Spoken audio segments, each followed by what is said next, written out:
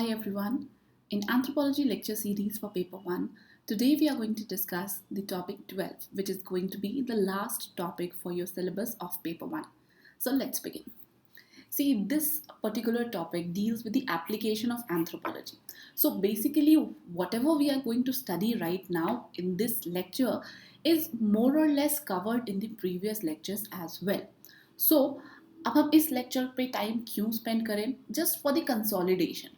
वो भी मोस्टली हम आज इस लेक्चर के अंदर ABCD जो आप देख रहे हैं इनको कवर करेंगे, और ये EFGH जो आप देख रहे हैं these are like covered already in much detail. आपके जो टॉपिक 9 है उसके अंदर जो अलग अलग सब टॉपिक्स हैं 9.1, 2, 3 अगर आप उसको रेफर करेंगे, सो यू विल सी कि ये सारे टॉपिक्स ऑलरेडी कवर हो चुके हैं. So I will not spend much time out here, but for these topics like anthropology of sports, चूँकि ये जो सारी चीज़ें आपने कहीं ना कहीं रेफ़र की हुई हैं, जैसे सोमैटोटाइपिक में हमने थोड़े बहुत एंथ्रोपोलॉजी ऑफ स्पोर्ट्स के जो एप्लीकेशंस हैं वो देखे हैं. न्यूट्रिशनल एंथ्रोपोलॉजी भी हमने एपिडेमियोलॉजी के अंदर थोड़ा बहुत देखा हुआ है. डिज़ाइन की अगर आप बात करें ऑफ द इक्विपमेंट्स, तो ये जब हमने high altitude, acclimatisation, cold climatic condition, ये सारी चीज़ देखी है उस टाइम पे थोड़ा बहुत इसका रेफरेंस आया है. Alright, but here in this lecture I try to consolidate in much detail for this topic. और ये वाले जो सारे टॉपिक्स ये ऑलरेडी बहुत ज़्यादा डिटेल में पहले कवर हो चुके हैं. ठीक है, so I am assuming whosoever is watching this lecture right now has already gone through the previous lecture, तो आपको कोई परेशानी आगे नहीं होगी. ठीक है, और इस टॉपिक को कवर करने के बाद we will finish the entire topic for paper 1. Okay, and I am very soon going to start with paper 2. तो सबसे पहले हम शुरुआत कैसे करेंगे ये मैं आपको थोड़ा ओवरव्यू दे देती हूँ. Will first study about the applied anthropology. Applied anthropology होता क्या है, इसकी डेफिनेशन क्या है, इसकी एप्लीकेशंस क्या क्या मतलब है, और दूसरे कुछ क्रिटिसिजम्स भी होंगे अप्लाइड एंथ्रोपोलॉजी के अंदर, हम वो भी चीज़ें देखेंगे and with some value additions of course. उसके बाद जो आपके यहाँ पे मेंशन्ड है anthropology of sports, nutritional anthropology, design और ये फॉरेंसिक एंथ्रोपोलॉजी, इनके बारे में देखते जाएंगे, और जहाँ कहीं भी वैल्यू एडिशंस की रिक्वायरमेंट होगी हम उनको भी साथ साथ कवर करते चलेंगे. ओके, तो सबसे पहले अगर हम देखें कि अप्लाइड एंथ्रोपोलॉजी होती क्या है, तो टू पुट इट सिंपली इसका मतलब ये होता है when you use the anthropological knowledge to solve the societal problem, और at least to understand if not solve all together. ठीक है, सो इसकी शुरुआत कब हुई थी? So during the 19th and the early 20th century, जब आप देखते हैं कॉलोनियल फेज जिसको आप बोल सकते हैं, उस टाइम पे जहाँ कहीं भी ब्रिटिशर्स थे, फ्रेंच थे, उनको ये ज़रूरत महसूस हुई that they should know the people on whom they are ruling, right, to make the policies accordingly and to of course at the end to get benefited as much as they can, but ultimately उनको लोगों को समझना था, right? And for that reason they have developed this particular discipline, you can say, or they have contributed a lot in managing this particular discipline. Okay, so अगर आप paper 2 की बात करेंगे तो उसके अंदर बहुत सारे आपको ऐसे एग्जाम्पल्स देखने को मिलेंगे दैट यू कैन से is of the applied anthropology. चाहे वो आप VHR रिवर की स्टडीज़ की बात करें, वहीं रेडक्लिफ ब्राउन ने भी, इंडिया में अगर आप बात करें, रेडक्लिफ ब्राउन ने भी अंडमान आइलैंडर्स के ऊपर स्टडी करी थी. आप वेरियर एल्विन के बारे में पढ़ेंगे जो कि इंडिया आए थे एज अ मिशनरी, लेकिन further he studied upon the Baiga community, the ghotuls of Murias. तो वो सारे ट्राइबल्स पर उन्होंने स्टडी किए, उस पर बहुत सारे स्टडीज़ की गई, रिसर्च किए गए, और उनके द्वारा जो पॉलिसीज़ थी आगे चल के, specially for the Verrier Elwin, उनकी जो आपके ट्राइबल पंचशील आप बात करते हैं, ट्राइबल पंचशील को इन्होंने काफ़ी इन्फ्लुएंस किया था. ऑलराइट, तो these are certain examples of India specifically जो आप लिख सकते हैं. And the most important one, और I should say the most prominent if not very important, जो आप खाका रिपोर्ट पढ़ते हैं, that is also applied anthropology, जहाँ पे दी like Virginius Khaka used his anthropological knowledge in understanding the tribal problems, ठीक है, and giving out the solution. So that is applied anthropology. I hope the idea becomes very clear to you. वहीं आप दूसरे examples लिखना चाहें जो कि world wide known है, so you can write about these examples जो कि रिचर्ड डेम्बो ने किया था कि कोकेन, टीनेज पे कोकीन का क्या प्रभाव हो रहा था इन फ्लोरिडा, और उसी तरह से और भी बहुत सारे आपको मिल जाएंगे पॉपुलेशन कंट्रोल के लिए, इन सब सारी चीज़ों के लिए, या एपिडेमियोलॉजी को स्टडी करने के लिए क्या क्या किए गए थे। तो ये सारे अप्लाइड एंथ्रोपोलॉजी के ही पार्ट है। इवन आर्कियोलॉजिकल एक्सकेवेशंस होती हैं, वहाँ पे भी स्टडी पर्पज से जो चीज़ें यूज़ की जाती है, दे आर लाइक मोर और less part of applied anthropology only, ठीक है। जहाँ पे आप एंथ्रोपोलॉजिकल नॉलेज, एकेडमिक नॉलेज को एक साइड, मतलब एकेडमिक नॉलेज को यूज़ करते हुए आप कुछ पर्पसफुल चीज़ों को करते हो। ऑलराइट, एग्जाम्पल्स आपको बहुत मिल जाएंगे as and when you will study for it. Okay, so here is your anthropology. हमने एंथ्रोपोलॉजी में archaeological, cultural, biological, linguistic, I am taking you back to the like first 2-3 lectures, जहाँ पे हमने बात करी थी कि क्या क्या ब्रांचेज है और क्या क्या मेन सब पार्ट्स है एंथ्रोपोलॉजी के, राइट। तो ये आपके मेन एंथ्रोपोलॉजी के ब्रांचेस हैं, और इन्हीं ब्रांचेस को यूज़ करके जब आप उसको सोसाइटल प्रॉब्लम को सॉल्व करने में यूटिलाइज करते हो, it becomes your applied anthropology. Alright, now in this slide as you can see, यहाँ पे एकेडमिक और अप्लाइड एंथ्रोपोलॉजी के बारे में बात की गई है, जिसके बारे में मैंने आपको ऑलरेडी बताया हुआ है कि एकेडमिक एंथ्रोपोलॉजी क्या होती है और अप्लाइड एंथ्रोपोलॉजी क्या होती है। एकेडमिक जहाँ पे आप अलग अलग ब्रांचेस को स्टडी करते हो, and applied, it becomes applied when you utilise that knowledge in using like various perspective, datas and various other techniques of the anthropology, ठीक है। और ये जो अप्लाइड और एकेडमिक एंथ्रोपोलॉजी है, आई एम अज्यूमिंग कि आपसे कोई स्पेसिफिकली नहीं पूछने वाला एग्जामिनेशन में that what is applied anthropology, what is academic, but I have included this literature for you so that you can just go through it, make a note out of it, ताकि अगर आपको कहीं लिखना हो by chance तो आपको चीज़ें पता हो। बट अभी तक मैंने आपको जो चीज़ें एक्सप्लेन की है, this is the same thing. You need not to waste much time over here. And here is the definition of applied anthropology. If you want to include this as well, you can do so. Okay. अब types of applied anthropology क्या होती है, again जो बातें हमने इस slide में already कर ली हैं कि अप्लाइड एंथ्रोपोलॉजी की ब्रांचेस क्या क्या हो सकती है। Of course whichever is the branch of anthropology will be the branches of applied anthropology as well. तो ये किस किस टाइप के हो सकते हैं, आपकी फिजिकल एंथ्रोपोलॉजी हो सकती है, आर्कियोलॉजिकल हो सकती है, सोशियो कल्चरल एंड लिंग्विस्टिक, ठीक है।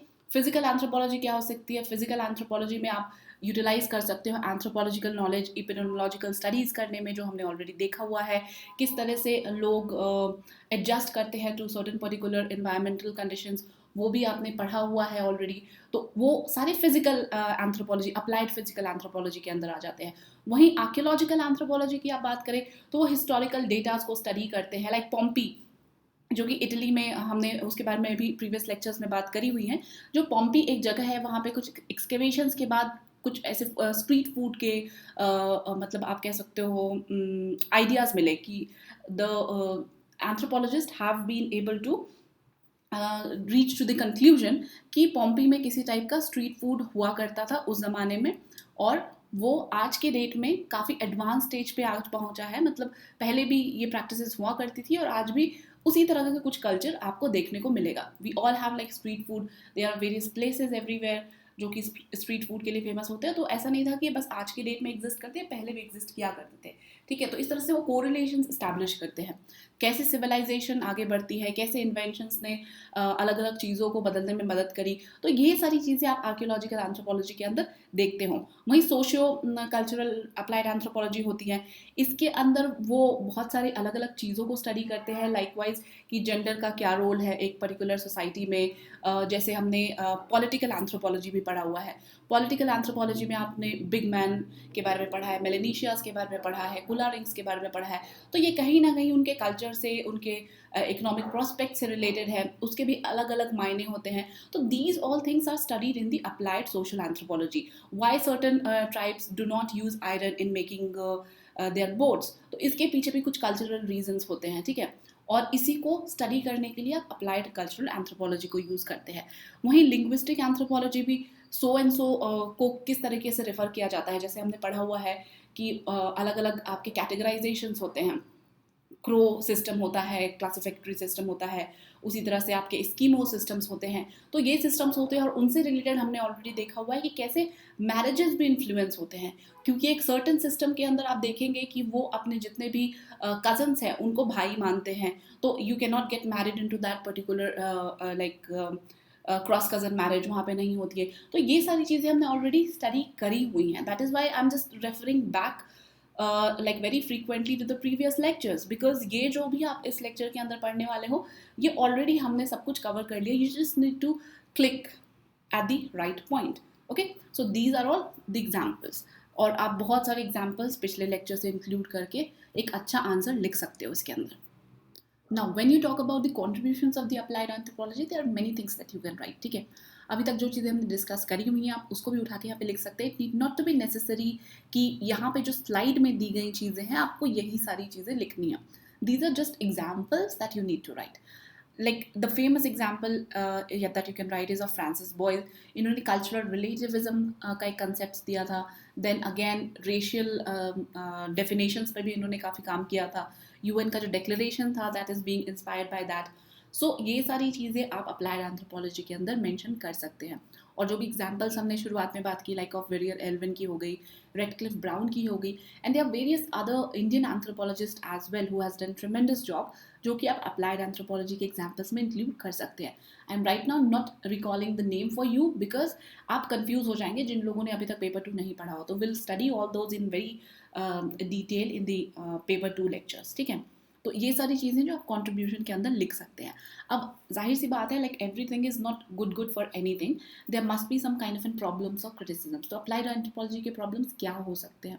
सी applied anthropology means like the anthropologist are kind of an involve into it, right. और अगर कोई भी चीज़ें इन्वॉल्वमेंट होगी, वो फील्ड पे जाएंगे, फील्ड स्टडीज़ करेंगे, तो there will be problems of privacy, ownership, ये सारी चीज़ें इशू आएंगी कहीं ना कहीं निकल के, राइट. तो ये आप एथिकल डिलेमास के अंदर भी काउंट कर सकते हैं कि इस टाइप के एथिकल डिलेमास हो सकते हैं in the applied anthropology, and that is one of the shortcomings for it. ठीक है, जहाँ आप एकेडमिक एंथ्रोपोलॉजी की बात करते हैं तो it remains very neutral, but for applied anthropology to remain neutral is very difficult because we are human beings, right. We have our own thoughts, we have our own concerns, अपने अपने perceptions होते हैं. तो जो कि पूरी की पूरी स्टडी है that might get influenced by your thoughts, your perceptions. ठीक है, so that is the problem with the applied anthropology that you can write in case you're writing about it. Okay, anthropology of sports.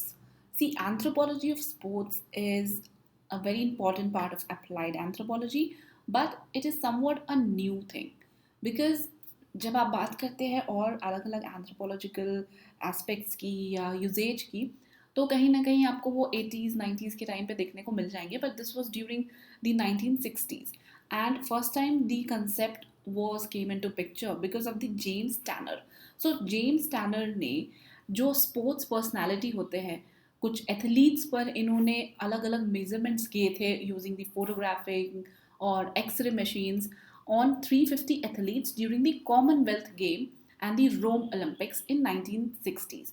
और उन्होंने इस studies के help से ये show किया कि कैसे the body structure of the athlete, the various other things can influence the performance in the sports. So that is how it eventually developed into a full fledged field of study. ठीक है, सो आज के date में भी अगर आप देखेंगे कि एंथ्रोपोलॉजी ऑफ स्पोर्ट्स का कहाँ पे यूटिलाइजेशन है, तो it has very important utilisation in talent acquisition especially for the sports and other things. दूसरा न्यूट्रिशंस जो होते हैं, न्यूट्रिशनिस्ट जो होते हैं, वो भी आपके बॉडी के shape size like the somatotyping that we have studied, उसके बेसिस पे भी आपको डाइट बताते हैं so that your body can get the full benefits. उसी तरह से जो अलग अलग स्पोर्ट्स होते हैं, for example like Neeraj Chopra की जो ट्रेनिंग होगी that will be very different from the Sakshi Malik, right. Both will have two different things to do, और उसी के हिसाब से and of course the different body shape, structure, gender, तो उनके हिसाब से सारी चीज़ें प्लान की जाएंगी to get the maximum performance out of them, right, कि वो अपना बेस्ट परफॉर्म कर सके. और ये सारी चीज़ें तभी पॉसिबल होगी because you must have like heard the athlete saying कि वो सो एंड सो दिनों तक प्रैक्टिस करते हैं और उस प्रैक्टिस का फल उनको कुछ गिने चुने दिनों के अंदर ही मिलता है, right, because they are not playing every day but they are practicing and getting trained every day, and that is what how they perform, like similar to your UPSC preparation. आप 365 days UPSC की preparation करते हो but जो examination performance है वो आपको उसी 2 घंटे के अंदर देना होता है.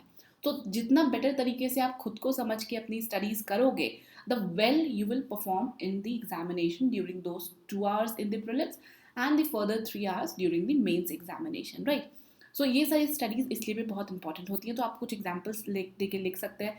ये रोम ओलंपिक और कॉमनवेल्थ वाला तो एग्जांपल आप ले ही सकते हैं. आप प्रेजेंट डे एग्जांपल्स भी अगर आपको मिलते हैं वो भी इंक्लूड कर सकते हैं.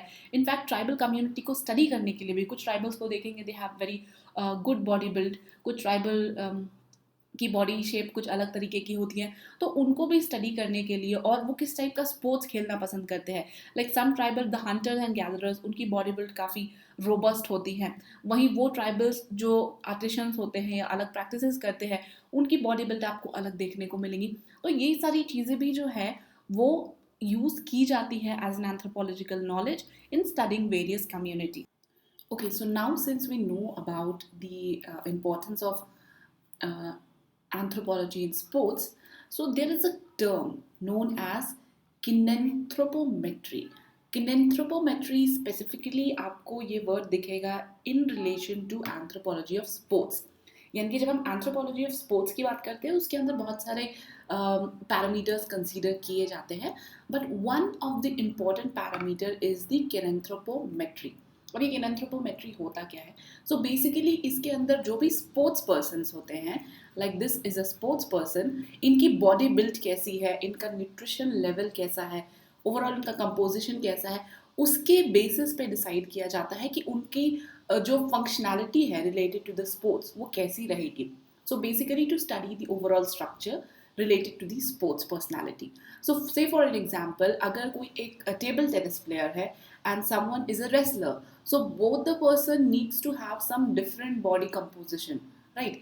उनका जो functionality होगा वो दो अलग अलग तरीके का होना चाहिए ताकि वो अपने रिस्पेक्टिव स्पोर्ट्स में अच्छा परफॉर्म कर सके.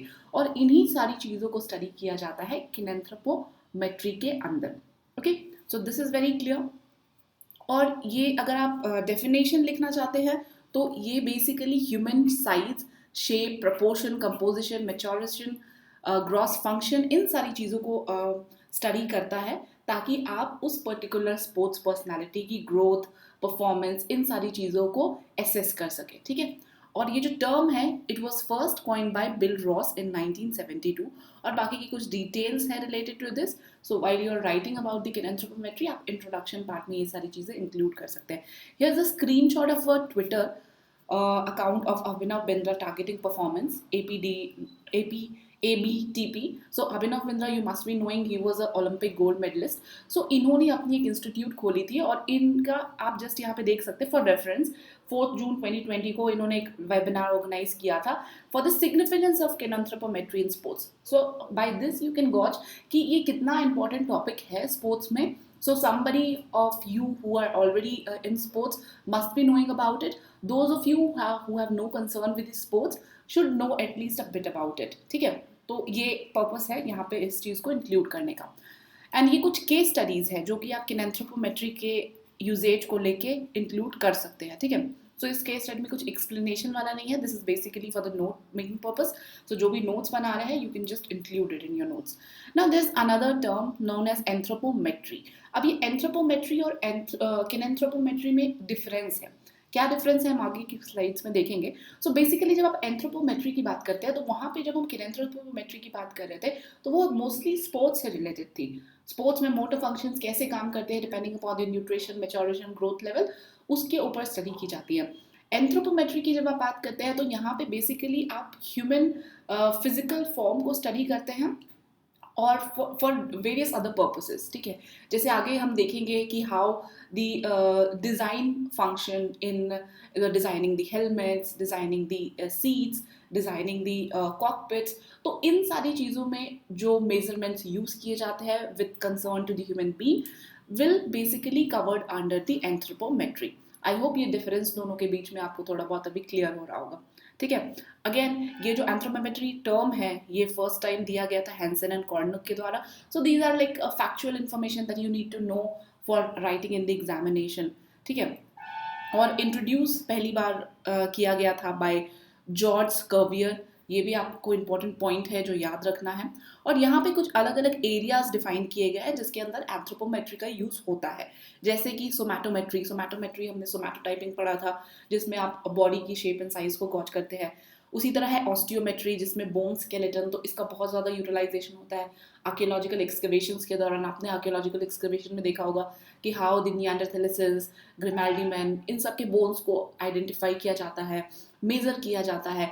इवन जब आप पेपर 2 में नर्मदा मैन पढ़ेंगे और उनके बारे में डिटेल पढ़ेंगे, उनसे रिलेटेड जो भी आपके रामापिथिकस शिवापिथिकस पढ़ेंगे, उनसे रिलेटेड जो जो अलग अलग क्रिटिसिजम्स है रिलेटेड टू द क्लासिफिकेशन, वो आप जानेंगे। तो उन सब में ऑस्टियोमेट्री का बहुत यूज़ होता है, बिकॉज जो भी एक्सकवेशंस होते हैं उसके दौरान what you get the bones, right. तो उन्हीं बोन्स को स्टडी किया जाता है, तो वो भी एक एंथ्रोपोमेट्री का इंपॉर्टेंट फंक्शन बन जाता है। देन क्रेनियोमेट्री में तो स्कल का मेजरमेंट लिया जाता है, कि आपने पहले भी पढ़ा हुआ है हमने फिजिकल एंथ्रोपोलॉजी के अंदर, कि कैसे ह्यूमन बीइंग के स्कल्स की साइज बढ़ती गई, क्रेनियम कैपेसिटी बेसिकली जिसे हम बोलते हैं, तो इसको भी स्टडी किया जाता है। It is again a part of anthropometry only, ठीक है।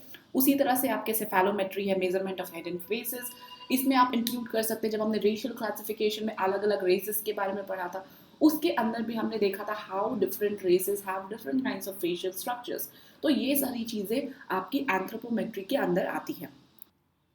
Now this is a slide to show you कि किनेंथ्रोपोमेट्री और एंथ्रोपोमेट्री के बीच में क्या डिफरेंसेस हैं, ठीक है। So this is basically when you talk about the kinanthropometry, it is the quantification of the body shape, proportion, composition to describe the function, growth, maturation and performance, जो हमने पहले भी बात करी हुई है। Whereas your anthropometry ये quantitative measurement है ह्यूमन बॉडी का, और जिसके अलग अलग सब पार्ट्स हमने देख ली कि किस किस चीज़ों के लिए यूज होते हैं, ठीक है। It takes the measurement of human body and determine the और predict the capability for the function and movement in the range of settings.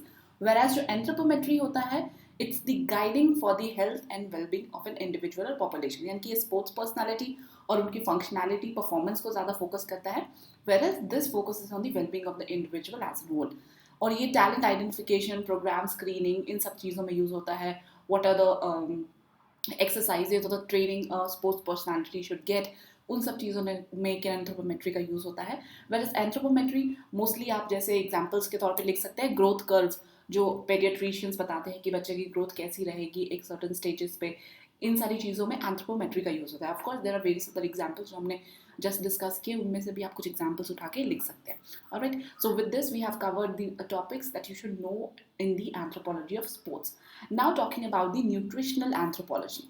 C nutritional anthropology की जब आप बात करते हैं, so this basically tells us a lot about that the food that we eat, how it impacts the overall well-being of a human being, also how that food is getting impacted by the surroundings that we live in. इन सारी चीज़ों को nutritional anthropologist study करते हैं। Because अगर आप एक nutritionist की बात करेंगे, तो न्यूट्रिशनिस्ट ये देखता है कि एक सर्टन फूड प्रोडक्ट जो एक ह्यूमन बीइंग ले रहा है, कंज्यूम कर रहा है, उसका क्या इम्पैक्ट होगा उसकी हेल्थ पे, उसकी बॉडी पे। ऑलराइट, वेयरएज जब आप न्यूट्रिशनल एंथ्रोपोलॉजी की बात करते हैं, तो ये सोसाइटल, कल्चरल, इन्वायरमेंटल, इन सारे एस्पेक्ट्स को भी कंसीडर करते हैं, not just the wellbeing, but इन सारी चीज़ों पे भी इनका फोकस रहता है। Alright, so that is what makes the nutritional anthropology different from the nutritionist. Alright, और ये किया कैसे जाता है? सो बेसिकली जितने भी आपके एथनोग्राफिक स्टडीज़ होते हैं, हिस्टोरिकल पर्सपेक्टिव्स होते हैं, कुछ एक सोशल इश्यूज होते हैं, उनके बेसिस पे ये डिटरमाइन किया जाता है। जैसे हमने रिलीजन टॉपिक जब पढ़ा था, उस टाइम पे हमने देखा था like in certain religion or in certain tribal communities they have the totems, और वो totems अगर कोई animal हुआ, कोई एक plant हुआ, तो it is considered a sin to eat that, right. और उसके पीछे भी अलग अलग रीजंस होते हैं। कई बार वो प्लांट ऐसे होते हैं दोज आर वेरी स्केर्ड, तो उनको बचाने के लिए उस तरीके का कुछ उपाय किया जाता है। Sometimes they are not fit for eating, बहुत सारे रीजंस होते हैं, अलग अलग रीजंस होते हैं that we just can not quantify right now, but इन सारी चीज़ों को कंसीडर करके ही एक पर्टिकुलर कम्युनिटी का जो फूड हैबिट है वो डिटरमाइन होता है, राइट। एक सर्टन कम्युनिटी में कुछ एनिमल्स को खाना प्रोहिबिटेड है, एक सर्टन कम्युनिटीज़ में उस एनिमल को ही खाना it's completely okay. So it depends कि उनकी लाइफ में, उनके कल्चर में उस पर्टिकुलर एनिमल का क्या इंपॉर्टेंस है। Based upon that they determine whether it is good to eat और नॉट, राइट। तो ये सारी चीज़ें आपके न्यूट्रिशनल एंथ्रोपोलॉजिस्ट के अंदर आती हैं। Now if you see the diet of a particular individual, so diet का एक मोस्टली एक फंक्शन होता है। कहते हैं ना कि हम सारी चीज़ें जो भी करते हैं पेट के लिए कर रहे हैं, right. So that is the thing, आप पेट के लिए कर रहे हो, but it should not be कि आप बस पेट भरने के लिए कर रहे हो। ठीक है, आपका पेट भरना ज़रूरी है, बट उसके साथ साथ उसको एक अच्छा पोषक तत्व भी मिलना चाहिए that will help you grow, right. वो उस तरह से आप अब जब अपना खाना खाएंगे, एक वेल बैलेंस्ड डाइट लेंगे, then only you will be able to perform the best in your life. Otherwise बस पेट भरने चलेंगे तो it won't like serve the purpose. So ये जो डाइट है, it's get influence by various other factors surrounding us, चाहे वो आपकी इन्वायरमेंट हो, हिस्ट्री हो, इकोनॉमी हो, पॉलिटिक्स हो, या आपका फिजिकल इन्वायरमेंट की वहाँ की सॉइल कंडीशन कैसी है, क्लाइमेटिक कंडीशंस कैसी है, रिसोर्सेज क्या क्या अवेलेबल है, based upon that you will determine your diet, right. आप देखेंगे कि सेंट्रल एशियन कंट्रीज में डाइट में मीट आपको प्रेवलेंस ज़्यादा मिलेगा। वहीं कुछ एक कंट्रीज़ है, से फॉर एन एग्जांपल इंडिया, हमारे यहाँ पे आपको ग्रीन वेजिटेबल्स इस पे बहुत ज़्यादा फोकस मिलेगा, इवन मिल्क पे बहुत ज़्यादा फोकस होता है। So for some other countries it's not like that. तो ये सारी चीज़ें इस वजह से डिटरमाइन होती है कि वहाँ पे कौन सी चीज़ें ईजिली अवेलेबल हो रही हैं, आपकी क्लाइमेटिक, सोशल, सॉइल कंडीशंस, ये सारी चीज़ें कैसी हैं, ठीक है। इसके साथ साथ किनशिप स्ट्रक्चर, कम्युनिटी, ये भी एक बहुत इंपॉर्टेंट रोल प्ले करता है कि आप क्या चीज़ें खा रहे हैं। Like being a non vegetarian और a vegetarian is of course has to deal with the community that you're living in, right? You do not make your choices solely. कहीं ना कहीं आपकी choices influence होती है with your surrounding, with the society that you live in, right? उसी तरह से आपके culture, religion, ये सारी चीज़ें भी influence करती है। Like for Jainism, उनके cultural aspects कुछ और कहते हैं, like अहिंसा वाला वो path follow करते हैं, उस वजह से they prefer not eating certain things. Like जब आप जो एक आर्डेंट फॉलोअर जैनिज्म की अगर आप बात करें, तो उसी तरह से और भी बहुत सारे रिलीजन हैं जो इन्फ्लुएंस करते हैं like what you are going to eat. Even for some religion at certain point of time you should eat so and so things, right. तो ये भी आपका रिलीजियस एस्पेक्ट ही डिसाइड करता है कि आप कब क्या कैसे खा रहे हैं। वहीं technology, food production, food preparation, health expertise, medicine, ये सब बहुत इंपॉर्टेंट फैक्टर्स है जो कि आपकी डाइट को डिटरमाइन कर सकते हैं। से फॉर एन एग्जांपल कि यूरोप में बहुत स्ट्रिंजेंट लॉ है related to the food grade, वहीं इंडिया में ये चीज़ फॉलो नहीं किया जाता है। तो कई बार आप कुछ चीज़ें यूरोप में आपको खाने को नहीं मिल सकती है because of the sub standard things, but that can be easily available in India, ठीक है। तो ये सारी चीज़ें भी डिटरमाइन कर रही हैं कि आप क्या इनटेक कर रहे हैं। तो this is an overall summary for you to decide और to present if in case आप आंसर राइटिंग कर रहे हैं, उसमें आपको न्यूट्रिशन या उसकी इंपॉर्टेंस या डाइट से रिलेटेड कुछ चीज़ें बनानी हो, तो आप इस तरीके की फ्लो चार्ट्स को यूज़ कर सकते हैं, ठीक है। ओके सी, सो हमने बात करी कि न्यूट्रिशनल एंथ्रोपोलॉजिस्ट जो होते हैं वो ओवरऑल जो फूड का असर आपके ऊपर हो रहा है, जो ह्यूमन बीइंग पे होता है, उसको स्टडी कर रहे हैं, राइट। और दूसरी तरफ हमने ये भी देखा कि सोशो कल्चरल एस्पेक्ट्स को भी स्टडी करते हैं, depending upon that they determine कि किस टाइप का फूड लिया जा रहा है और उस कल्चर में क्या प्रेवलेंस है।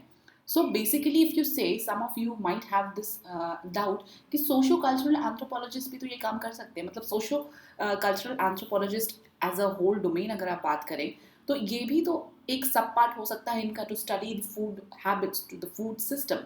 Of course you are right कि सोशो कल्चरल एंथ्रोपोलॉजिस्ट भी ये काम कर सकते हैं। और अगर आप न्यूट्रिशनल एंथ्रोपोलॉजिस्ट की बात करें तो they are somewhat like concerned with both the socio-cultural and the physical aspect of the anthropology। इन दोनों को combine करके आप कह सकते हैं कि जो nutritional anthropologist होते हैं उनका focus होता है not solely on the socio-cultural, not solely on the physical, ठीक है। एंथ्रोपोलॉजी की मैं बात करी, socio cultural anthropology and physical anthropology, इन दोनों के एस्पेक्ट्स को, थोड़े थोड़े एस्पेक्ट्स को यूज करके न्यूट्रिशनल एंथ्रोपोलॉजिस्ट अपना काम करते हैं, ठीक है। So that is the major difference. This is the literature for all these things. Now, like some examples जहाँ कहीं भी आप ये nutritional anthropologist का यूटिलाइजेशन कर सकते हो और ये न्यूट्रिशनल एंथ्रोपोलॉजिस्ट एक इंपॉर्टेंट रोल प्ले करते हैं, that is to understand the socio cultural process and nutrition. यानी कि एक सर्टन कस्टम फॉलो किया जा रहा है उस पर्टिकुलर सोसाइटी के अंदर, और उसका न्यूट्रिशन से क्या लेना देना है, इसको भी आप न्यूट्रिशनल एंथ्रोपोलॉजिस्ट के अंदर स्टडी कर सकते हैं। फॉर एग्जाम्पल सेंट्रल अमेरिका में एक सोकिंग टेक्निक यूज़ की जाती है specially for the maize kernels, that too in alkaline solution. मतलब मेज कर्नल्स को अल्कलाइन सोल्यूशन में सोक किया जाता है। Y this is so? because this improves the amino acid composition and the bioavailability of vitamin B, niacin. और अगर आप ऐसा नहीं करेंगे तो जो maize which is a primary staple food है इन दी सेंट्रल अमेरिका, वहाँ पे आपको मैल न्यूट्रिशन देखने को मिल सकता है.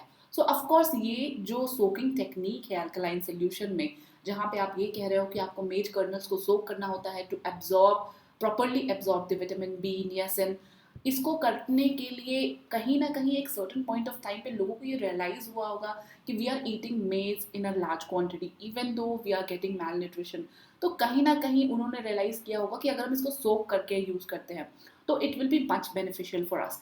फॉर एग्जाम्पल आपने एड्स देखे होंगे कि जो आप दूध पीते हो, ठीक है, तो एक प्रॉपर एब्जॉर्प्शन के लिए आपको विटामिन डी भी उतना ही ज़रूरी है for the calcium absorption, right. और वो विटामिन डी आपको कहाँ से मिलता है? सनलाइट से मिलता है. तो ये कोरिलेशन कहीं ना कहीं आपके न्यूट्रिशनल एंथ्रोपोलॉजिस्ट स्टडी करेंगे, like how the sunlight, how the day light is impacting the overall bone health, ठीक है, या बोन डेंसिटी, जो भी आप चीज़ें उसको कहें. So these are all understood under the nutritional anthropologist. Whereas जो सोशो कल्चरल एंथ्रोपोलॉजिस्ट होंगे उनका इसके ऊपर कि क्या मैल न्यूट्रिशन पे असर हो रहा है या नहीं हो रहा है, वो ये सारी चीज़ें नहीं देखेंगे, ठीक है. वही सोशल इपिडेमोलॉजी ऑफ न्यूट्रिशन, यानी कि न्यूट्रिशन और उससे रिलेटेड जो इपिडेमोलॉजिकल चीज़ें हैं. फॉर एग्जाम्पल इवन अगर आप केस मान के चले the wait market of China for Wuhan, ठीक है, जिससे माना जाता है, मतलब अभी तक ये प्रूफ नहीं हुआ है but still it is under consideration, like what is the origin of the कोविड-19. उस चीज़ को स्टडी करने के लिए कि कैसे वहाँ पे अलग अलग लेवल्स फॉलो किए जाते हैं, हाइजीन लेवल फॉलो किए जाते हैं in producing those eatables, because of course that wet market is ultimately for the food, वो उसी के लिए तो यूज़ हो रहा है. तो उसका क्या असर हो सकता है on the overall epidemiological studies, वो सारी चीज़ों को भी न्यूट्रिशनल एंथ्रोपोलॉजिस्ट कंसीडर करते हैं, ठीक है. वहीं cultural and ideation systems and nutrition, physiological adaptation, population genetics, ये सारी चीज़ें, applied research and for nutrition program, तो ये सारी चीज़ें आपके न्यूट्रिशनल एंथ्रोपोलॉजिस्ट के अंदर आती है. लाइक इसके अगर आप एग्जांपल्स लिखना चाहें तो बहुत सारे हो सकते हैं बट उतना इन डेप्थ हमने जाने की ज़रूरत नहीं है, ठीक है. Applied research for nutrition program, इसमें आप करंट एग्जांपल्स एटलीस्ट इंक्लूड कर सकते हैं, चाहे वो आपका पोषण अभियान से लेके हो या MDM से रिलेटेड हो. ये सारे एग्जाम्पल्स के स्टडीज़ आप सोच सकते हैं और लिख सकते हैं applied research for nutrition programs के अंदर, ठीक है. That how it impact the overall growth and the wellbeing, और एज अ सोसाइटी भी, क्योंकि आप देखेंगे MDM एक बहुत अच्छी केस स्टडी हो सकती है when the food which is given during the noon or the lunch for the kids, how it helped in retaining the children in the school, how it improved the nutrition level of the children. तो ये सारी चीज़ें हैं जो आप include करके लिख सकते हैं to make your answer more enriching. All right. Now let's quickly get into the topics जो कि nutritional anthropologist के अंदर आते हैं with examples, ठीक है. सो एंशियंट डाइट को स्टडी किया जाता है by the nutritional anthropologist. How? So इसके अंदर स्टेबल आइसोटोप एनालिसिस और भी अलग अलग डिफरेंट मेथड्स होते हैं जो कि यूज़ किए जाते हैं, but stable isotopic analysis is one of the prominent one. So इसको यूज़ करके they find it out, like कि जो भी उनको एक्सकवेशंस के दौरान अगर आर्कियोलॉजिस्ट को कुछ रिमेन्स मिले हैं तो उस रिमेन्स को वो स्टडी करते हैं and then they try to find it out कि कौन से फूड उस टाइम पे खाए जाते होंगे. अभी आपने देखा होगा थोड़ी टाइम पहले राखी घड़ी से रिलेटेड एक न्यूज़ आई थी कि वहाँ पे डेयरी के जो रिमेन्स हैं वो पाए गए हैं, like may be the Rakhigarhi people were using the dairy products in their diet. So that is one such analysis. Like we can not include it directly because अभी तक उसका फुल प्रूफ जो आप कह सकते हो पब्लिकेशन है वो नहीं आया है, but once it is there you can definitely include it in your writings. तो और दूसरा है आपका जो ये पॉम्पी वाली हमने बात की थी कि यहाँ पे स्ट्रीट फूड खाए जाते थे तो उसका पता लगाया गया था. तो कैसे, तो आप देख सकते हैं यहाँ पे जो ये पॉट्स जैसे दिख रहे हैं इनकी एनालिसिस की गई. तो इनकी एनालिसिस करने के बाद they find it out like they have some kind of an poultry and other kinds of an meats cooked in these pots. So that shows कि they have certain kind of an street food culture. तो ये जो study की जाती है ये भी आपके न्यूट्रिशनल एंथ्रोपोलॉजिस्ट के डोमेन के अंदर आती हैं. Alright. Then food taboos. Food taboo का क्या कहने का मतलब है, तो सिंपली कि क्या खाना है और क्या नहीं खाना है. एक पर्टिकुलर सोसाइटी में कौन सी चीज़ें खाई जा रही हैं, कौन सी चीज़ें नहीं खाई जा रही है, और उसका क्या इम्पैक्ट हो रहा है of the overall wellbeing. Because as I told you कि न्यूट्रिशनल एंथ्रोपोलॉजिस्ट ह्यूमन वेलबींग के ऊपर बहुत ज़्यादा फोकस करते हैं। तो एक सर्टेन डाइट ली जा रही है, उसका क्या असर हो रहा है, ये चीज़ें भी ये स्टडी करेंगे। ठीक है, जैसे इंडिया में स्नैक्स नहीं खाए जाते हैं, वेर एज आप देखेंगे कि चाइना, हांगकॉन्ग और like in many south east Asian countries, वहाँ पे it's a common delicacy, right. तो इसका क्या असर होता है उनके हेल्थ के ऊपर, ओवरऑल वेलबींग के ऊपर, ये न्यूट्रिशनल एंथ्रोपोलॉजिस्ट स्टडी करेंगे। वहीं आपके केनिया में एक आप कह सकते हो फूड टैबू ही है, जिसके अंदर जो प्रेग्नेंट लेडीज होती हैं, they do not eat eggs. अब उसका क्या असर होता है, how they replace it with other protein sources, that is being understood by the nutritional anthropologist. Where आप एक कुछ और एग्जांपल्स में इंक्लूड कर सकते हैं। I am forgetting the name of that tribe. उस ट्राइब के अंदर जो वुमेन होती है, once she get married, she can not drink the milk like of her father's home. ठीक है, तो ये चीज़ें होती हैं। अब ये क्यों की जाती है, इसका क्या असर होता है, how she can get deficient in milk products, और उनको जो पर्टिकुलर न्यूट्रिशनल रिक्वायरमेंट्स होती हैं थ्रू मिल्क वो नहीं मिल पाती है। तो ये सारी चीज़ें आप न्यूट्रिशनल एंथ्रोपोलॉजिस्ट फूड टैबू के अंदर स्टडी करते हैं। ठीक है, so these are the things that you can write as an example. और वहीं infant and child feeding practices, ये भी अलग अलग जगहों पे अलग अलग होती हैं। आप देखेंगे वेस्टर्न कल्चर्स में वहाँ पे बॉटल फीडिंग कल्चर ज़्यादा होता है। वहीं दूसरे कुछ ऐसे कंट्रीज़ हैं जहाँ पे breast feeding is of the Paramount importance. Overall अगर आप हेल्थ पर्सपेक्टिव से भी देखें, सो that is good, but certain culture में ये चीज़ें फॉलो नहीं की जाती हैं। तो इसका क्या असर होता है to the young child, to the infants, that is also being studies under the nutrition anthropologist. Under nutrition, अभी अंडर न्यूट्रिशन क्या होता है, like under nutrition as we all know, जब आप जो एक सर्टन न्यूट्रिशनल रिक्वायरमेंट होता है वो नहीं ले रहे होते हैं, और बिकॉज ऑफ दैट जो इम्पैक्ट आपके ऊपर आता है वो अंडर न्यूट्रिशन के अंदर अकाउंटेबल होता है, काउंट होता है। अब अंडर न्यूट्रिशन को ये कैसे स्टडी करते हैं न्यूट्रिशन एंथ्रोपोलॉजी। सो बेसिकली जैसे हमने बात करी कि सर्टन कल्चर्स के अंदर कुछ फूड प्रोडक्ट्स प्रोहिबिटेड होते हैं, and because of that their diet is not that holistic as it should be. तो maybe for that reason ऐसा हो सकता है कि उनको कुछ डिफिशियंसीज रहें। तो इन डिफिशियंसीज को भी आप न्यूट्रिशन एंथ्रोपोलॉजिस्ट के अंदर स्टडी कर सकते हैं, राइट। सो यहाँ पे कुछ स्टडीज़ की गई हैं। जैसे 2008 में एक स्टडी ने ये शो किया था कि 35% of the death of the infant and the young child around the world is due to the under nutrition. So अब ये जो न्यूट्रिशनल एंथ्रोपोलॉजिस्ट है, ये जितनी भी ये जो डेथ्स हो रही हैं अलग अलग जगहों पे, ये मे बी वहाँ पे जाके वो स्टडी करेंगे उसका कॉज क्या था और आने वाले जनरेशन पे उसका क्या असर होगा, ये सारी चीज़ें ये कंसीडर करेंगे। ठीक है, so that is under their domain. Then over nutrition भी न्यूट्रिशनल एंथ्रोपोलॉजिस्ट के अंडर स्टडी किया जाता है। अभी ओवर न्यूट्रिशन क्या होता है, सी ओवर न्यूट्रिशन जब आप बात करें so it's mostly talking about the obesity. ठीक है, कि आप कुछ एक्सेस में कुछ चीज़ें खा रहे हो and because of that you have certain body structures. So इसके अंदर अगर आप एग्जाम्पल्स लिखना चाहते हैं तो सर्टन अफ्रीकन कल्चर में, specially in West Africa, Jamaican culture, वहाँ पे लड़कियों को बहुत ज़्यादा खिलाया जाता है so that they become like this. ठीक है, and being obese and being fat and is considered to be good, beautiful, like sign of beautiful. वहाँ पे मैरिज प्रॉस्पेक्ट्स बढ़ जाते हैं। तो ये सारी चीज़ें उनके कल्चर के अंदर फॉलो की जाती हैं। और जो लड़कियां पतली होती हैं, दुबली पतली होती हैं, they are considered as sick and unloved. ठीक है, अब इनको ओवरफीड तो किया जाता है, but whether that is good for them or not and for the children that they are going to bear or not is being studied under the nutritional anthropologist. Because जब एक सर्टन कल्चर में कुछ चीज़ें हो रही हैं तो वो हो रही हैं, उसका क्या कंसिक्वेंस होगा, ये लोग स्टडी करेंगे।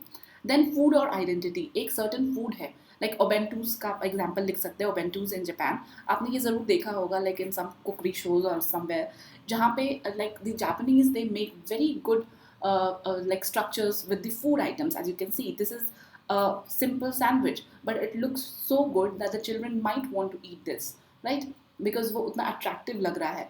वहीं if you simply put it like a sandwich, it may not be that interesting. So Japanese culture में ये signify करता है like the mother's love and care for the children, और on the other side ये बच्चों को like help करता है to eat that nutritious food.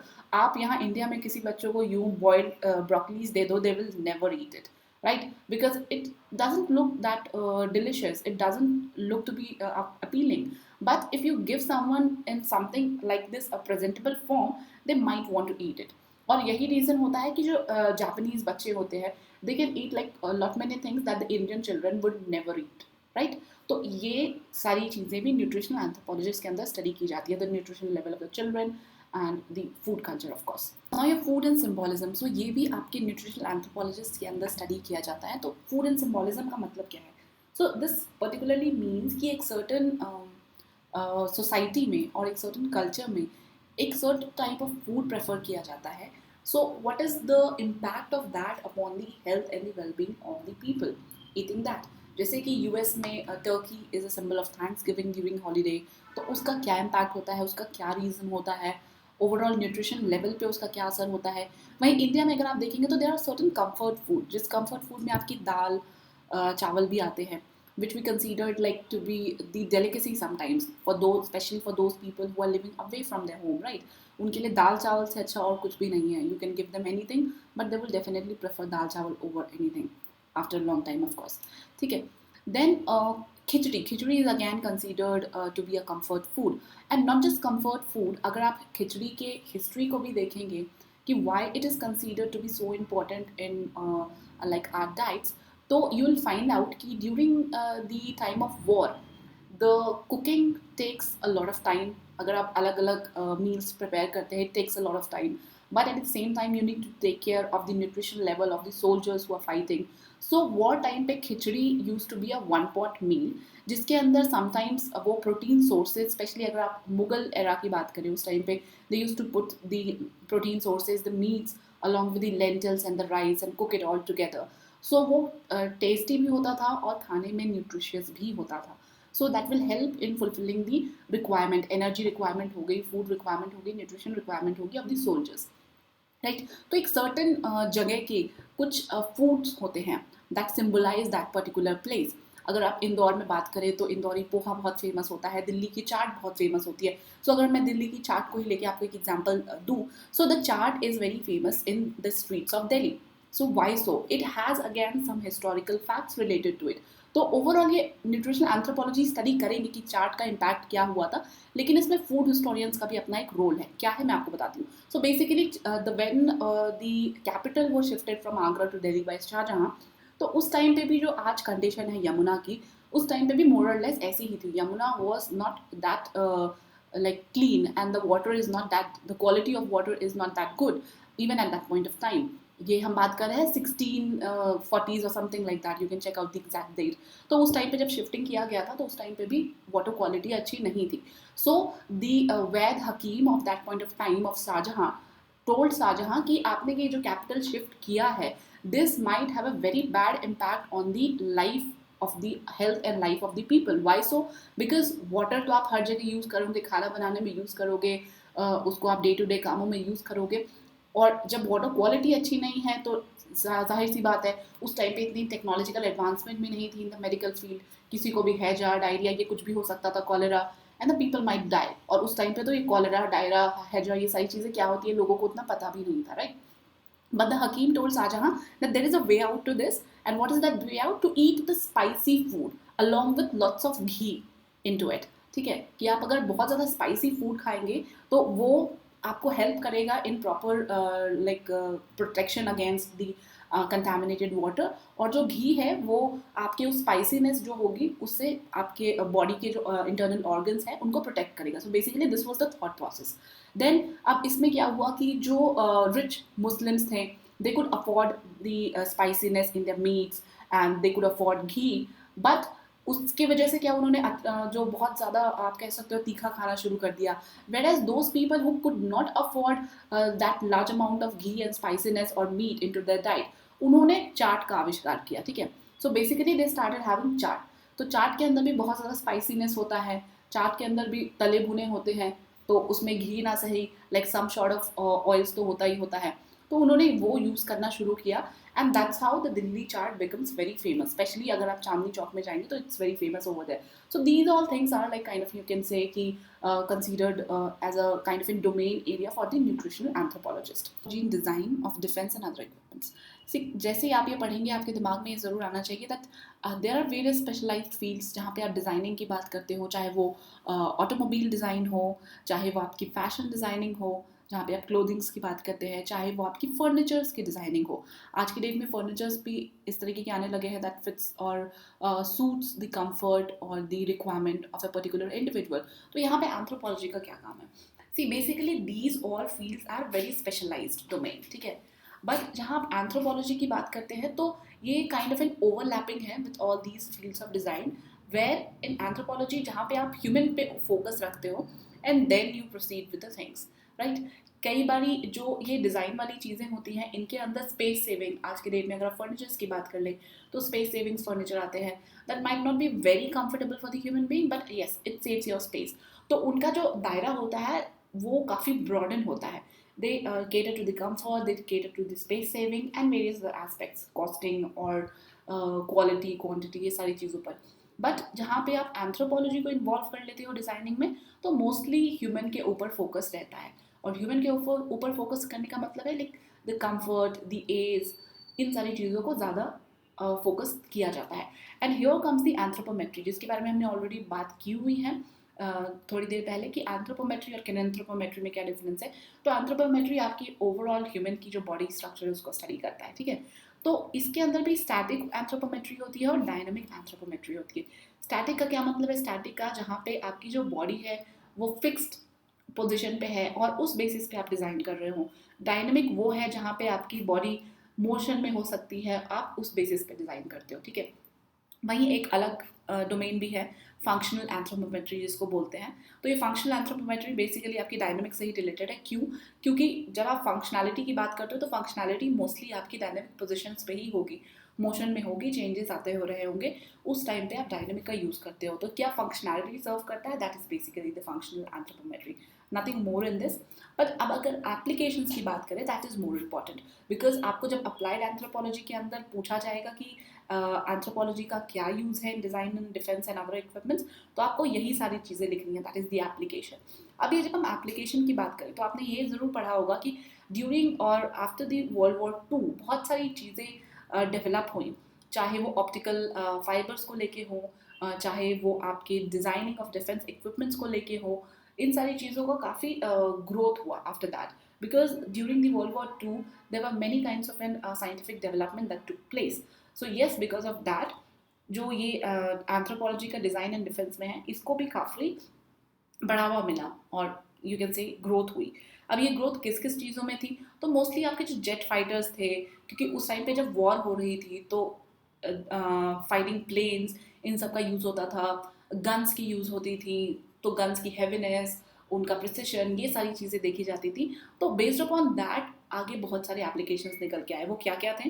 Like the aircraft. अब एयरक्राफ्ट के अंदर एक इम्पॉर्टेंट एप्लीकेशन है जो कि आप डिज़ाइनिंग ऑफ डिफेंस के अंदर इंक्लूड कर सकते हैं, गन टरेट. अब ये गन टरेट क्या होता है? तो बेसिकली ये डोम शेप का एक स्ट्रक्चर आप यहाँ पे जो देख रहे हैं, ये एक ऐसा डोम शेप का स्ट्रक्चर होता है इन द एयरक्राफ्ट.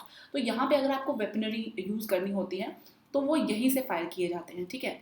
और ये बहुत ही एक नैरो स्पेस होती है जहाँ पे आपकी जो भी फायर करने के लिए डिप्लॉय किया जाता है पर्सन को, तो उसको अपने बॉडी को फिट करना होता है इन दिस स्ट्रक्चर, ठीक है. And how this structure can fits well to the person so that कि उसको डिस्कम्फर्ट भी महसूस ना हो और एफिशिएंसी भी मेंटेन रहे of the gun turret.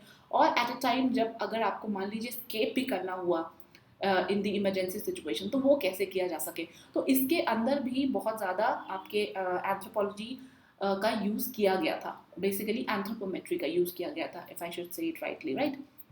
Then cockpit की साइज़ चाहे आप आज के डोमेस्टिक एयरलाइंस की देखें या इंटरनेशनल की देखें, so everyone is being suited to the requirement. अगर आप 2 घंटे की फ़्लाइट की जर्नी कर रहे हैं तो you will have certain kinds of in flight. वहीं इंटरनेशनल फ़्लाइट्स की आप बात करें तो उनका डिज़ाइन आपको डिफरेंट देखने को मिलेगा. वाई? बिकॉज आपको वहाँ पे ज़्यादा देर तक बैठना होता है. वहीं डोमेस्टिक फ़्लाइट की अगर आप बात करें आप कम देर के लिए बैठ रहे होते हो तो आपको उतना डिस्कम्फर्ट अगर थोड़ा बहुत होता भी तो you can manage with that. Of course there are options of excel seats but setting them apart. वहीं कॉकपिट की साइज़ की अगर आप बात करते हो तो कॉकपिट की साइज़ भी उसी हिसाब से डिज़ाइन की जा सकती है. अगर डिज़ाइनिंग किस पे डिपेंड करेगी कि वो किस टाइप का एयरक्राफ्ट है. अगर वो एक बॉम्बिंग एयरक्राफ्ट है, फाइटर एयरक्राफ्ट है, या जो नॉर्मल आपकी एयरलाइंस होती है उसके एयरक्राफ्ट से, तो इन सब की डिज़ाइन अपने आप में अलग अलग होंगी.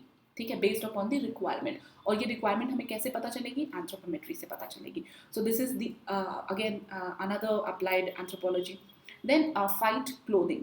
अब फ्लाइट क्लोथिंग जो होती है आपकी, जब हम बात करते हैं जो फाइटर प्लेन्स में होते हैं, उनकी आप अगर देखेंगे जो गारमेंट्स होते हैं, जो वो सूट्स पहनते हैं, वो काफ़ी डिफरेंट होते हैं. फिटिंग उनकी अलग होती हैं. It's like one piece suit types होता है. आप जो एस्ट्रोनॉट्स हैं उनकी सूट्स भी देखेंगे, वो भी डिफरेंट होती हैं. वहीं अगर आप जो नॉर्मल एयरलाइंस है उसमें जो लाइक पायलट्स होते हैं उनकी देखेंगे सूट्स और the garments, that is very different. तो why this is so? Because ये सारी चीज़ें डिपेंड करती है कि आपकी रिक्वायरमेंट्स क्या है. फाइटर जेट की रिक्वायरमेंट्स काफ़ी अलग होती हैं. जो नॉर्मल एयरलाइंस होती हैं उनके पायलट्स की रिक्वायरमेंट्स काफ़ी अलग होती हैं. वहीं जो एस्ट्रोनॉट्स होते हैं उनकी रिक्वायरमेंट्स काफ़ी अलग होती हैं. तो बेस्ड अपॉन दैट्स ये क्लोथिंग्स डिज़ाइन की जाती हैं. That is again a part of your applied anthropology. यहीं फ्लाइट क्लोथिंग में आप ये वुमेन वाली देख लीजिए. ये वुमेन क्लोथिंग भी है, ये इस तरह से डिज़ाइन की गई है. अब ये वुमेन क्लोथिंग अलग तरीके से डिज़ाइन की गई है from the men's clothing, because bodily structure आपका अलग होता है, उसी हिसाब से आपको डिज़ाइन करनी होती है, राइट. तो ये सारी चीज़ें हैं जो आप इंक्लूड कर सकते हो. देन हेलमेट का डिज़ाइन. आपने देखा होगा हेलमेट के डिज़ाइन के अंदर भी बहुत सारे चेंजेस आते हैं. अगर आप बात करोगे साइकिलिंग वाली जो हेलमेट्स आती है उनकी डिज़ाइन काफ़ी अलग होती हैं. That is to prevent the air, जो आपका होता है एयर के फोर्स को वो टारगेट करता है. वहीं जो आपके अलग अलग बाइक्स के ऊपर जो हेलमेट्स आप पहनते हो उसकी डिज़ाइंस काफ़ी अलग होती हैं. वहीं कुछ एक आप स्टड्स का हेलमेट ले लो. स्टड्स के हेलमेट की आपकी अलग फंक्शनैलिटी रहेगी. फंक्शनैलिटी इन द सेंस कि वो आपको ज़्यादा प्रोटेक्शन प्रोवाइड करता है, बिकॉज उसका डिज़ाइन उस तरीके से किया गया है कि अगर कहीं एक्सीडेंट होता भी है तो वो कम से कम नुकसान हो, इस तरीके का स्ट्रक्चर उसका है. वहीं दूसरे जो हेलमेट लोकल होते हैं उसमें इन सारी चीज़ों को उतना ध्यान नहीं रखा जाता है. And why branded helmet cost you more? Because they have invested in the design part, कि कैसे वो डिज़ाइन करेंगे और आपको बेटर फैसिलिटीज़ दे पाएंगे. वहीं आज के डेट में आपने देखा होगा एक चीज़ है जो आप इंक्लूड कर सकते हैं हेलमेट डिज़ाइन के अलावा, कार की डिज़ाइंस भी जो होती है. कार की डिज़ाइंस में भी आप देखेंगे एयर बैग्स आते हैं. तो एयर बैग्स भी काफ़ी हेल्पफुल होते हैं during the time of accidents. और ये सारी चीज़ें हैं जो आप इंक्लूड कर सकते हो इसके अंदर, ठीक है. देन मेडिकल इक्विपमेंट्स भी जो होते हैं, मेडिकल इक्विपमेंट्स का भी एक बहुत इंपॉर्टेंट रोल होता है कि आप किस टाइप से उनको डिज़ाइन करते हैं so that it does not provide the discomfort to the patient as well as solve the purpose. चाहे वो आपके ऑक्सीजन मास्क हो, उनका भी एक अलग तरीका होता है. पीपीई किट्स, इवन जो आपने अभी रिसेंट कोविड-19 में देखे हैं, तो PPE kits are very uncomfortable, right. वो उनको उतने लॉन्ग ड्यूरेशन तक पहनना, if you talk to a doctor they can rightly tell you that how uncomfortable it is to wear the PPE kits. So अब क्या हुआ है PPE kit के केस में कि PPE kit like in the near future अगर आप बात करें तो इतने लार्ज स्केल पे पहली बार यूज़ किया गया है और इतने ज़्यादा लोगों ने डिस्कम्फर्ट की कंप्लेन की है. तो यू नेवर नो कि in the coming years you will see some kind of an innovations in the design of PPE kit so that it serves the purpose as well as it does not provide the discomfort. उसी तरह से और भी दूसरी जो equipments होती हैं वो भी इस तरीके से डिज़ाइन की जाती हैं ताकि आपका जो एक एक्सपीरियंस है उस मेडिकल इक्विपमेंट्स के साथ वो अच्छा रहे, स्मूथ रहे, राइट. इसके एग्जाम्पल्स में भी आप बहुत सारी चीज़ें लिख सकते हैं. There are like so many things involve over here, but I wanted to tell you the overall scenario. Examples तो आप आराम से इंक्लूड कर सकते हैं यहाँ से जो स्क्रीन पे आपको दिख रहा है उससे भी और अपने पर्सनल एक्सपीरियंसेस से भी, ठीक है. और ये कुछ केस स्टडीज़ हैं जो आप इंक्लूड कर सकते हो. And if you get more such case studies that is very good. Case studies में मैं आपको एक्सप्लेन नहीं कर रही हूँ, this is for you to write. दूसरी केस स्टडी आप सीट्स ऑफ ट्रेन के ऊपर लिख सकते हैं. हुडॉन ने एक स्टडी करी थी जहाँ पे उन्होंने जो सिटिंग अलाइनमेंट्स होती हैं ट्रेन्स की उसको कैसे कंफर्टेबल किया जाए उसके ऊपर रिसर्च किया था. ऑफकोर्स बहुत सारे पैरामीटर्स होते हैं जो कंसीडर किए जाते हैं कि आप ट्रेन, अब जर्मनी के जो ट्रेन्स होंगे that will be very different from the Indian trains, right. Russian trains होंगे वो अलग होंगे बिकॉज हर जगह की अलग अलग रिक्वायरमेंट्स होती है, वहाँ के लोगों के हिसाब से वो डिज़ाइन की जाती हैं to provide them the maximum comfort. वहीं अगर आप देखेंगे कि जो इंडिया में पहली ट्रेन चली थी और आज के डेट में जो आप ट्रेन्स देखते हैं और जो नई नई ट्रेन्स आ रही हैं उन सब के डिज़ाइंस आपको काफ़ी अलग अलग देखने को मिलेंगे. मेट्रो ट्रेन्स, उनका कंफर्ट लेवल अलग होता है. डिज़ाइन इस तरह से किया जाता है कि जो ट्रेन जिस स्पीड पे चल रही है दैट ऑल्सो मैटर्स, राइट, कि ट्रेन की स्पीड क्या है उस हिसाब से भी उनके सिटिंग्स होते हैं। तो ये सारी चीज़ें हैं जो आप मेंशन कर सकते हैं डिज़ाइनिंग, मतलब एंथ्रोपोलॉजी ऑफ डिज़ाइंस के अंदर। वहीं एक दूसरा टॉपिक है that is the fashion anthropology, this you can include as a value addition. So fashion anthropology basically क्या है? Fashion anthropology differentiate the branded product from the local ones. क्यों? क्योंकि अब आप जब ब्रांडेड प्रोडक्ट्स की बात करते हैं, if you talk about just the sandals और द शूज, अगर आप देखेंगे Hush Puppy is a brand. Hush Puppy एक ब्रांड है जो आपको मैक्सिमम कंफर्ट प्रोवाइड करता है in the sandals, in the shoes that you wear. वहीं अगर आप लोकल ब्रांड की बात करें तो वो आपको रिक्वायरमेंट तो फुलफिल कर देगा, मतलब you can wear it and go in and around, but जो कंफर्ट आपको हश पपी दे रहा है at a certain cost that will be incomparable, right. So ये क्यों किया जाता है? Because they have spended on the designing part, कि उन्होंने रिसर्च किया है, देखा है कि वो जिस पर्टिकुलर ग्रुप को टारगेट कर रहे हैं वहाँ का फूड स्ट्रक्चर कैसा है, ठीक है, आपको क्या चाहिए, आपका फूड स्ट्रक्चर किस टाइप का है, वो उस हिसाब से डिज़ाइन करेंगे। एंड अगर डिज़ाइनिंग उस तरीके से होगी तो of course you will feel comfortable. वहीं आप देखते होंगे जो हाई हील्स होते हैं, high heels they are always not comfortable, right. क्यों? क्योंकि वो आपको एक प्रॉपर अलाइनमेंट नहीं देते हैं, because of that you can not wear them for longer durations. वहीं कुछ ऐसे शूज़ होते हैं like the Crocs and everything, they give you the proper comfort, वो आपके पैरों को स्क्वीज नहीं करते हैं, वो बहुत ज़्यादा प्रेशराइज नहीं करते हैं, तो you can wear them comfortably. तो ये सारे डिफरेंसेस होते हैं। वहीं अगर आप क्लोथिंग की भी बात करें, बिकॉज फैशन के अंदर तो सारी चीज़ें आ जाती है, चाहे वो आपकी शूज़ हो, क्लोथिंग हो, even the jewellery accessories parts also. तो अगर हम क्लोथिंग की भी बात करें तो क्लोथिंग भी बहुत इंपॉर्टेंट होती हैं इन द डिज़ाइनिंग, कि आपकी क्लोथ्स की डिज़ाइन कैसी हैं। I am not just talking about the fashion designing जिसमें आप कुछ भी पहन लेते हो, you should just look good no matter like how uncomfortable you feel into it. But यहाँ पे जब जो हम एंथ्रोपोलॉजी के पर्सपेक्टिव से बात करें, हम ह्यूमन की वेलबींग, उनके कंफर्ट की भी बात कर रहे हैं। अगर आप बात करें इंडियन साइज की, तो Indian size is very different from the American size. आपने जब देखा होगा well while ordering the shoes and everything, वहाँ पे यूके साइज होता है, यूएस साइज होता है, ये बहुत सारे अलग अलग पैरामीटर्स होते हैं। तो वहीं क्लोथिंग के मामले में भी आपने अब रिसेंटली अगर आप फॉलो कर रहे होंगे न्यूज़ को, तो उसमें आपने देखा होगा कि साइज़ इंडिया की भी बात हो रही है, क्योंकि Indian size is very different from the other size. हमारी बॉडी स्ट्रक्चर, चाहे वो आज के डेट में चेंजिंग फूड हैबिट्स की वजह से हो या और भी दूसरी चीज़ें हो, तो उसकी वजह से Indian body is different than the others. तो आप जो क्लोथिंग यूरोप में यूज़ कर सकते हो, it may not be very suitable for the Indian clothing, right. तो ये सारी चीज़ें, और इनफैक्ट बहुत सारे अलग अलग फैक्टर्स लाइक क्लाइमेट, ये सारी चीज़ों को भी कंसिडर किया जाता है व्हाइल मेकिंग द क्लोथिंग्स। तो ये सारे आपके फैशन एंथ्रोपोलॉजी के अंदर यूज़ होता है, alright. So this is it for the fashion anthropology. Now talking about the forensic anthropology. See forensic anthropology के बारे में हमने पहले थोड़ा बहुत डिस्कस किया हुआ है, इसलिए will go quick for this. अब फॉरेंसिक एंथ्रोपोलॉजी की बात करें तो where do you situate it? So basically ये आपकी अप्लाइड फिजिकल एंथ्रोपोलॉजी के अंदर आती है, because you are using many of the physical anthropological concepts over here, right? So that is why it is sometimes referred to as the sister rather than the daughter discipline of the physical anthropology, because more or less दोनों same काम कर रहे हैं। And it is because of the forensic anthropology that utilize the principle of both archaeology and the physical anthropology. So basically why I'm telling you all these things, because अगर आपको forensic anthropology की introductory part में लिखना हो, और कई बार अगर आजकल क्वेश्चंस भी ऐसे पूछे जाने लगे like where do you situate so and so, तो उस केस में आप ये सारे फॉरवर्ड पॉइंट्स को यूटिलाइज कर सकते हैं। ये आर्कियोलॉजी का भी कुछ कुछ कंसेप्ट यूज़ करता है, फिजिकल एंथ्रोपोलॉजी का भी यूज़ करता है, more closer to the physical anthropology होते हैं, तो ये सारी चीज़ें आप लिख सकते हो, right. Then there is a term known as forensic taphonomy. So forensic taphonomy basically क्या होता है, जब आप fossils को study करते हो, जो fossilization होती हैं उसकी study जब आप कर रहे हो, तो that is known as the taphonomy. और जब आप एंथ्रोपोलॉजिकल कंटेक्स्ट के अंदर बात कर रहे हो, तो बेसिकली यहाँ पे मोस्टली हमारा कंसर्न है कि किसी भी चीज़ का आफ्टर डेथ उस पर क्या क्या इम्पैक्ट्स आए, उसको आप फॉरेंसिक टैफोनॉमी के अंदर स्टडी करते हो। And why it becomes important in the applied anthropology, because कि अगर आपने किसी डेड बॉडी को स्टडी कर रहे हैं, द एंथ्रोपोलॉजी और the forensic team is studying, तो वो ये देखेंगे कि इनकी बोन में क्या क्या चेंजेस आए हैं, ठीक है। They will compare it with the living one and they will see कि ओके ये वाला बोन यहाँ पे ब्रेक किया है, या अगर मान लीजिए वो बुलेट से हिट किया गया है तो वो यहाँ पे बुलेट को हिट किया है और उसके बाद ऐसे ऐसे चेंजेस आए हैं, यहाँ हिट करने के बाद और कौन से बॉडी पार्ट्स पे उसके असर पाए गए हैं।